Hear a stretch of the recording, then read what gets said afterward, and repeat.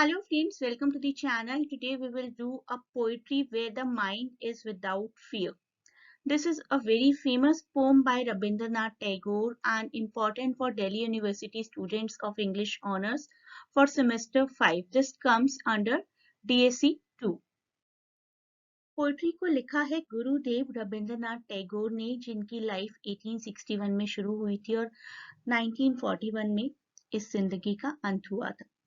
This poem was written when British ruled our country. जब Britishers हमारी country को colonise कर रहे थे, उस वक्त की ये पोइट्री है। We were slaves to a foreign power. एक विदेशी ताकत के अधीन थे हम लोग। Rabindranath Tagore, the great Indian nationalist and visionary, wanted India to awaken to a bright dawn of freedom. Rabindranath Tagore चाहते थे कि इंडिया के लोग, भारत के देशवासी पूरे तरीके से जागरूक हो जाएं और अपने आप को इस गुलामी से आजाद करवाएं, not only in literal terms but from the mental change as well. ना सिर्फ अपने आप को आजाद करवाएं, अपने दिमागों को भी, अपने ख्यालात को भी, अपने पूरी तरीके से अपनी आत्मा को भी अंग्रेजों से आजाद करवाएं। सर उठाकर चल पाना शायद एक कंप्लीट फ्रीडम कही जाती है, where the mind is without fear, जहाँ पर हमारे दिमाग में किसी भी तरीके का कोई बंधन नहीं होता, हमें लगता है कि हम मुक्त हैं। This is what he called absolute freedom, संपूर्ण आजादी। The poem is written by Tagore during pre independence days, आजादी से पहले की है, जब इंडिया ब्रिटिशर्स की एक कॉलोनी हुआ करती थी, और इस पोएट्री का थीम ही है पूर्ण आजादी। The poet wants the citizens of his country to be living in free state. अपनी पोएट चाहते हैं कि अपनी कंट्री के लोग, भारत के लोग, भारतवासी पूरे तरीके से आजाद होकर रहें। आइए जानते हैं पोएट्री को line by line. Where the mind is without fear and the head is held high, where knowledge is free, where the world has not been broken up into fragments by narrow domestic walls. हमारी इस line में poet कहते हैं कि where the mind is without fear, हमारा दिमाग बिल्कुल किसी भी भय से आजाद होना चाहिए, सर ऊंचा उठाकर चल पाए हम। नॉलेज इज फ्री से मतलब नहीं है कि नॉलेज फ्री में मिले, लेकिन नॉलेज हम अपने हिसाब से ले पाए, जो हम चाहते हैं वो कर पाए। The world has not been broken up into fragments. पूरा विश्व किसी अलग अलग हिस्सों में टूटा फूटा ना हो, कोई भी डोमेस्टिक वॉल्स ना हो, कोई भी बाउंड्रीज ना हो। So in these lines, the poet starts to imagine what he would like his country to be like. कैसा देखते हैं वो अपने इस देश को। He says that no countryman of his should live with fear on his mind. दिमाग पर कोई बोझ नहीं होना चाहिए।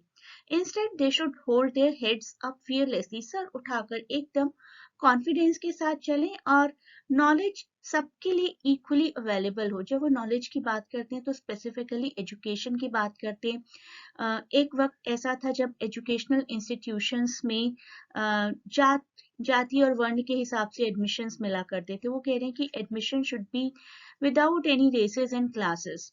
जितने भी रीजन्स हैं इंडिया के, उनके बीच में आपस में भी कोई बाउंड्री ना हो, वही तो सच्ची आजादी है।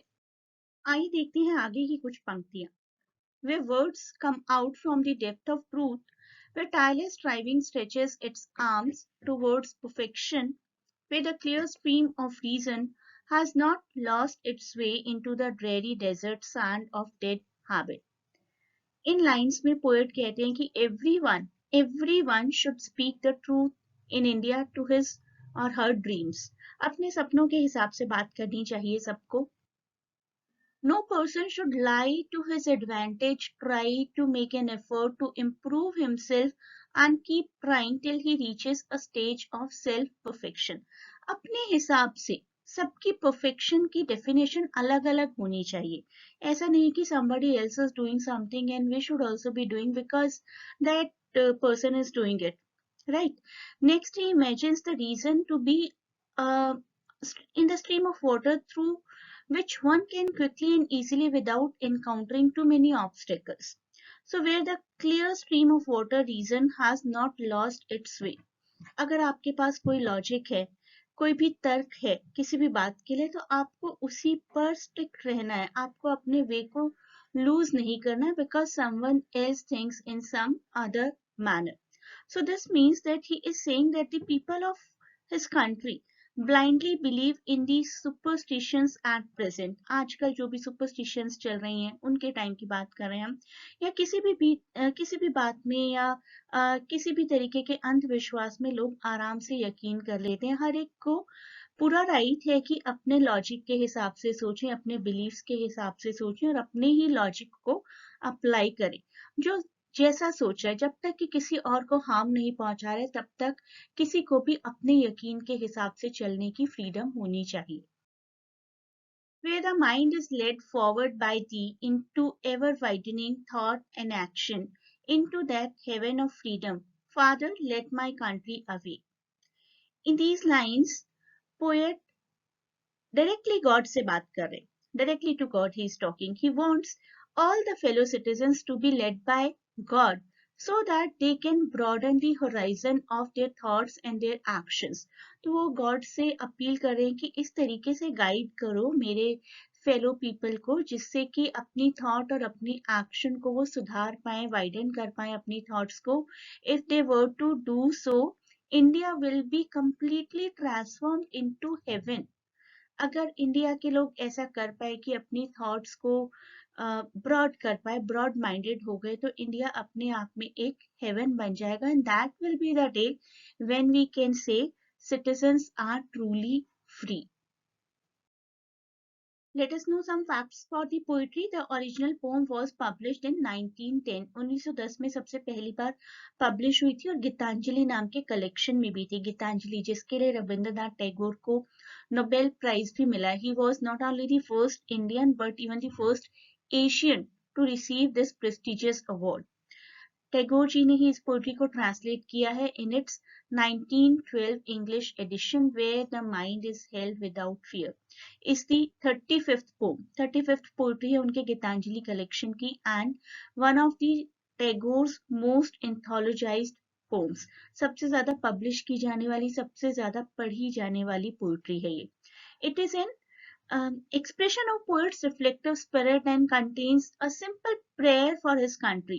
पोइट्री में और कुछ भी नहीं, एक छोटी सी प्रार्थना है अपनी कंट्री के लोगों के लिए in the pre independence time, और वो चाहती हैं कि पूरे तरीके से सबको आज़ादी मिल जाए.